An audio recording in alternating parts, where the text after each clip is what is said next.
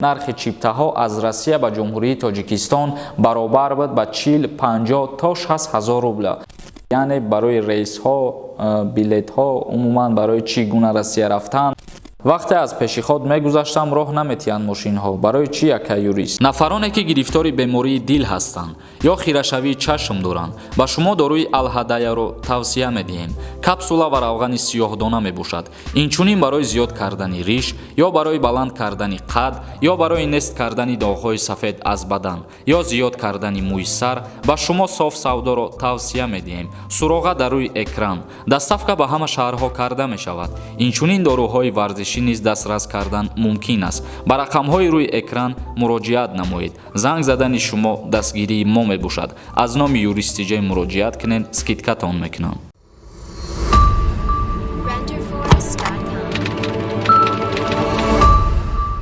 ассалому алайкум ба ҳама тамошобинони барномаҳои Сорбон Сафаров канали Юристи Ҷей. видеои имрӯзаи мо ҷавоб ба саволҳое ки дар комментария ба мо равон кардагӣ буден, вале пеш аз шурӯъ кардани хондани комментарияҳо як ахборота ба шумо пешкаш мегардонем. оиди поён рафтани нархи чиптаҳо аз ширкати ҳавопаймоӣ Somon Air. мо нусхаша мехонем, бо диққат гӯш кунем, баъдан боз тафсир метиҳем.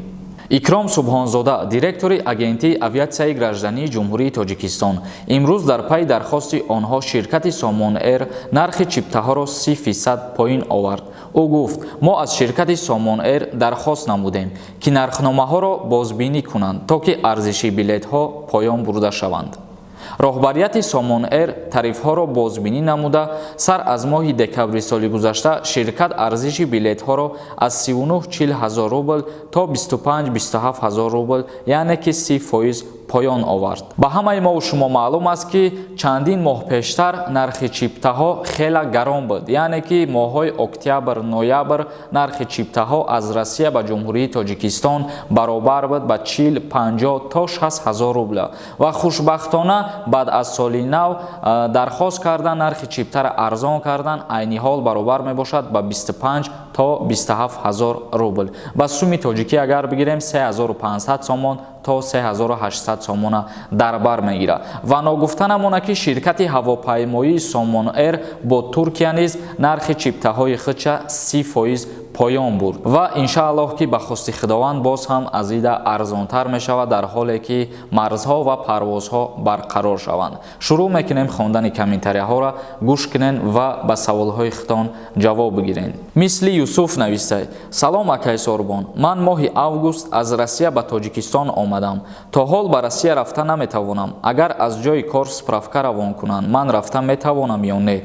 ва ё мегуфтен кадом роҳи рафтан аст? мутаассифона дар ҳоле ки аз ҷои кори шумо справка равон мекунанд ба ному фамилияи шумо, дар ин ҳолат намешавад то вақте ки агар аъзои комиссия дар ҷумҳурии Тоҷикистон шахсан шуморо номнавис накуна. намешавад аз ҷои кор справка равон кардан. ин асос шида наметавона. асос метавона шиданаи вид на жительство ё ки гражданство доштан ё ки барои табобат рафтан.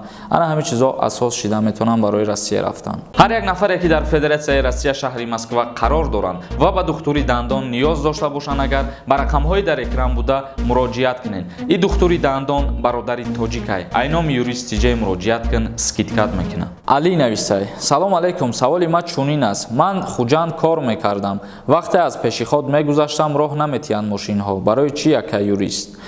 бародари азиз, ҳамин саволи ты дар ман ягон алоқамандиам надорад ва хоҳиш мекунам, ки ҳамин гуна саволҳои бемантиқ мада натиҳен. вай мошини ты дар раҳ надодай, май куҷо медонам барои чӣ раҳ надодай? мумкин ягон ронандаи саросиматар будай ва имконияти гузаштанаш будай, тра раҳ надодай. вале ба ҳар ҳол ҳамаи ронандаҳо қонуну қоидаҳои роҳа риоя кунанд ва бо эҳтиёт бошанд, беҳтарин мешавад, чунки ба фоидаи шахсияти ҳар яки мо шумо эҳтиёт кардан.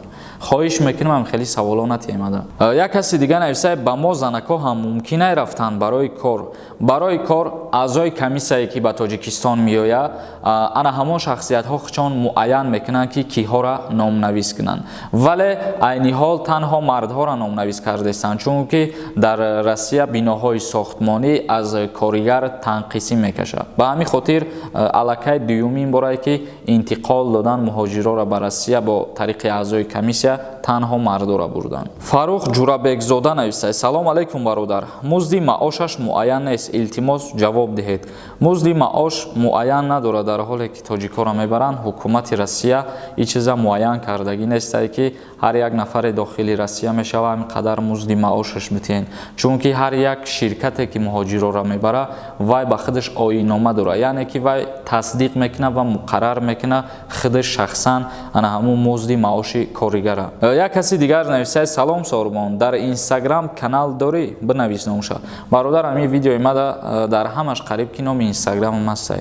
Амҷода бин ягон савол дошта бошӣ менависӣ дар Инстаграм. Ахмедов нависад: нархи билета кай арзон мекарда бошанд? Хушбахтона нархи билет арзонтар шудагиай аз пештара дида. Илҳом Абдуллоев нависад: акай Сорбон, мегуфти музди маоши ай ҳамун тарафи фирма як моҳашда чӣ қадар маош пешниҳод мекунанд? Намедонам бародар, ин чиз аниқ нестай. Нусратулло Шукралиев нависад: ассалому алейкум акай Сорбон, филми шумо бисёр филми таъсиркунанда буд, давомашро мунтазир мешавем. Худованд шуморо дар амон нигаҳ дорад.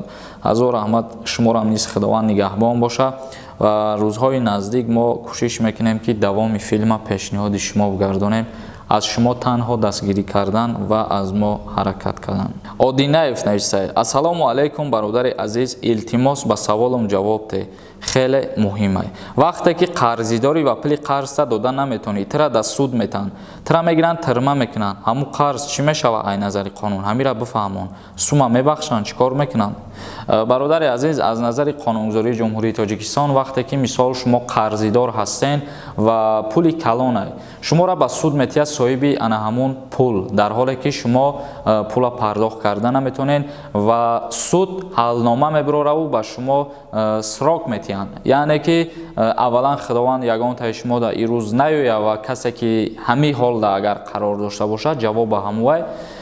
Вақте ки мақсад шумо ҳабс шиден, ҳабс кардан шуморо, баъд аз зиндон озод кишиден, ана ҳамун соҳиби пул бо даъвои пули хичакна агар бо аз сари нав ариза бинависа, баъдан шумо дар ягон ҷо кору фаъолият агар мекардагӣ бошен, қонунгузории Ҷумҳурии Тоҷикистон муқаррар мекунад як ҳиссае аз музди маоши моҳонаи шуморо ба манфиати ана ҳамун соҳиби пул. Мисол мегирем, агар $100,000 боша, ҳар моҳ ба назар мегира қонун ки ту чӣ қадар дар оилат расход дорӣ, ту чанд фарзанд дорӣ, вазъияти зиндагӣ чӣ хел ай. Агар шумо 2000 сомон оилаик бигирен, 100 сомон ё 200 сомонаш зиёдатӣ боша аз расходҳои шумо, ана ҳамура ба манфиати ҳамун $100,000 мегзаронанд. Қонунӣ ҳар моҳ пардохт кардан мегирен, باید 200 ساله پلش میگیره بعد وای.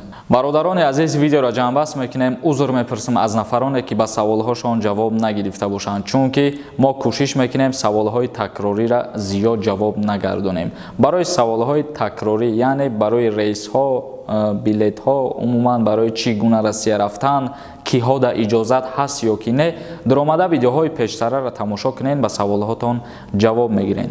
در کانال یوریست جی ابونه شدن فراموش نمیکنیم. خداوند همه ما و شما را نگهبان باشه.